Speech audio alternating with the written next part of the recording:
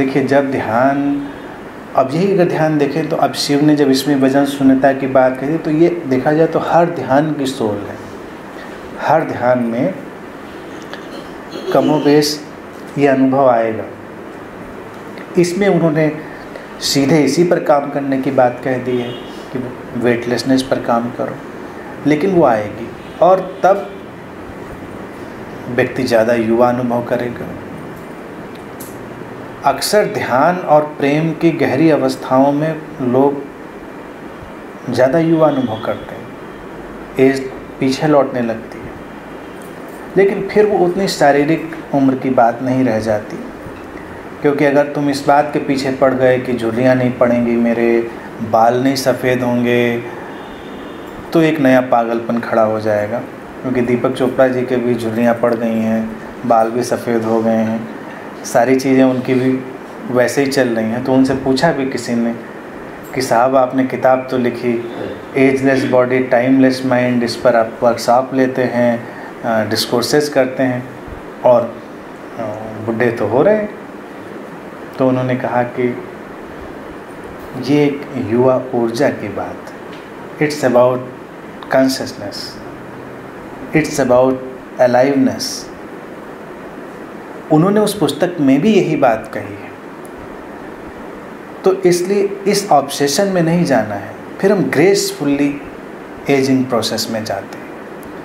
और जब कोई ग्रेसफुल्ली बड़ा हो रहा होता है तो उसके अंदर जो चमक, जो ऊर्जा, जो खूबसूरती आती है वो भी बेमिसाल होती।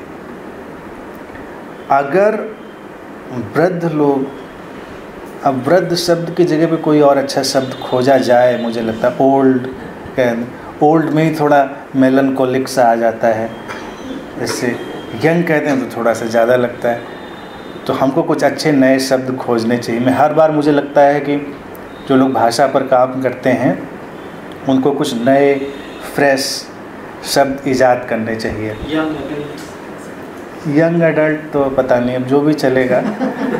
तो क्या होता है कि उस एजिंग प्रोसेस में जो सुंदरता आती है वो युवा अवस्था में भी कभी नहीं आती। अपने यहाँ भी कई ऐसे मेडिटेटर हैं, तुम उनकी यंग एज की फ़ोटोग्राफ्स रख लो और उसके पास ही उनकी आज की फ़ोटोग्राफ रख लो, तुमको वो आज ज़्यादा सुंदर, ज़्यादा एनर्जाइज्ड, ज़्यादा लुमिनस नज़र आएंगे।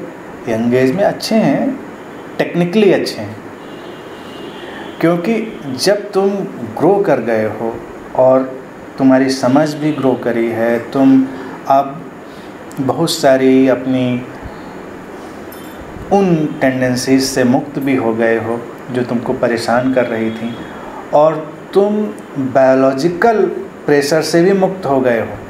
क्योंकि युवा अवस्था में जो तुम्हारा बायोलॉजिकल पुश है वो तुमको चैन से नहीं बैठने देता, और अब तुम उस जगह पर हो जहाँ तुम ज़्यादा एनर्जाइज्ड हो सकते हो। तो ऐसे लोग निश्चित तौर से ध्यान में जो लोग जा रहे हैं वैसे होते हैं।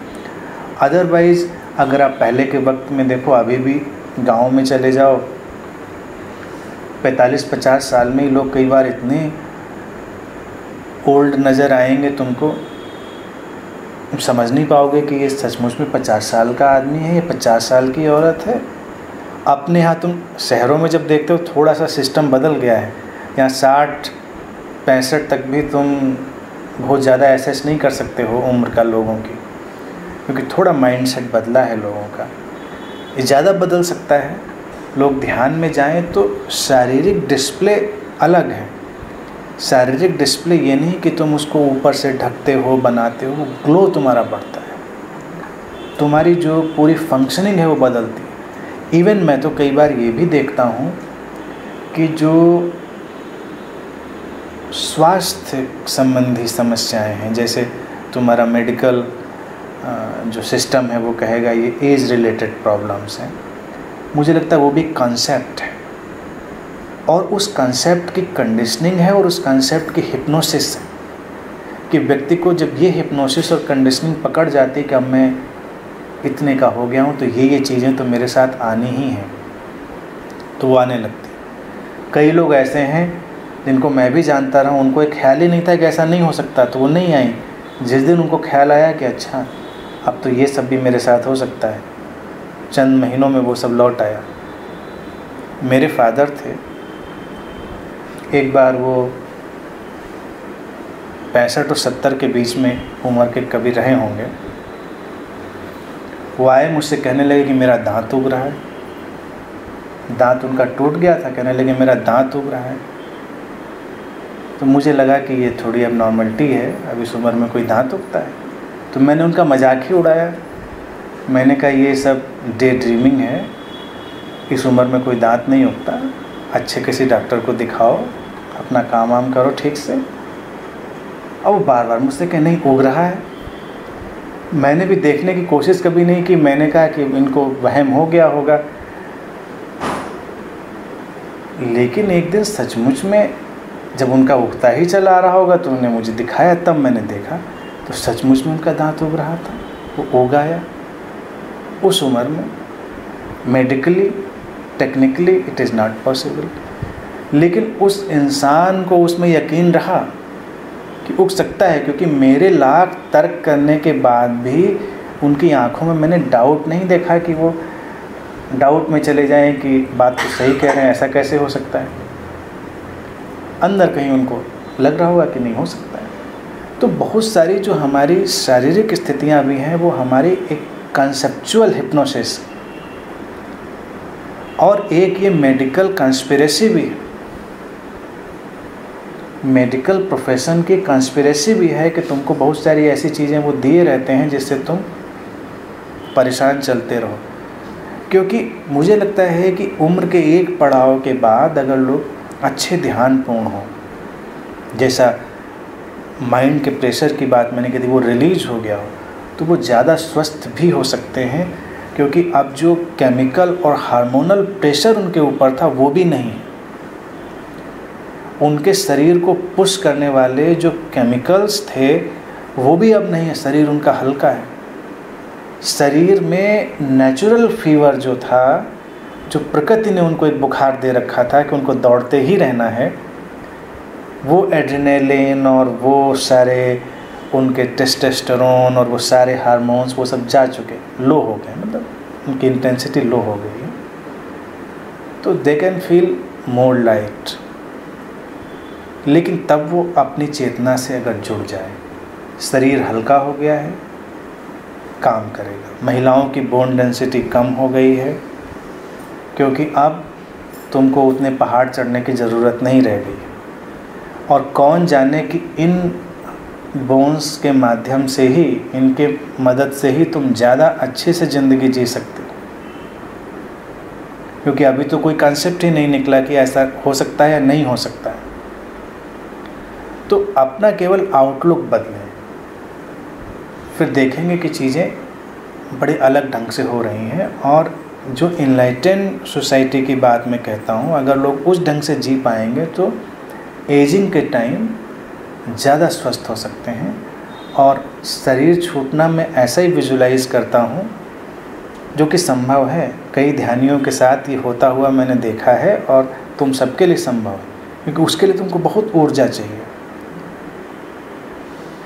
जैसे तुम बहुत सारा बैंक अकाउंट बचा के चलते हो कि कभी काम आएगा, तो ऐसे अपना एनर्जी बैंक अकाउंट भी होना चाहिए।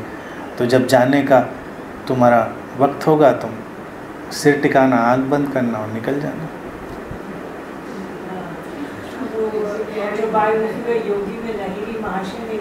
यही किया था।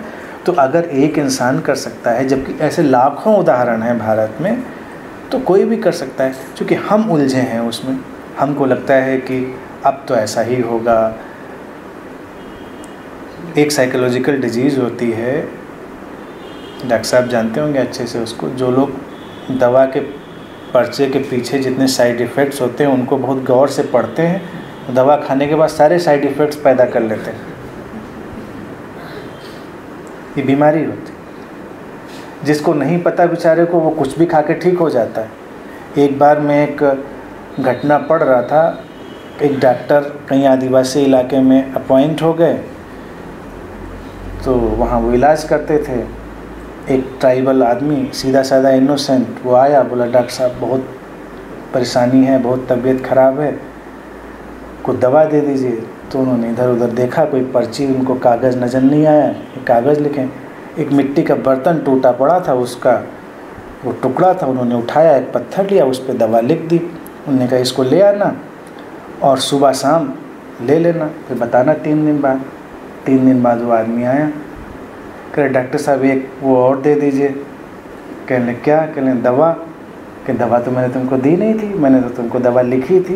वो नहीं, हमने घिस के पी लिया उसको। सुबह शाम आपने कहा था, हम तो ठीक हो गए। तो डॉक्टर सोचा भी ठीक ही हो गया, तो उसको क्या समझाना। अब एक निर्दोष इनोसेंट आदमी इतनी आस्था में ठीक हो सकता है। प्लेसबो इफ़ेक्ट्स के बारे में हम लोग जानते हैं। तो बस यही है कि बहुत सारी चीज़ें हम अपनी हिप्नोसिस को बदलने की ज़रूरत है।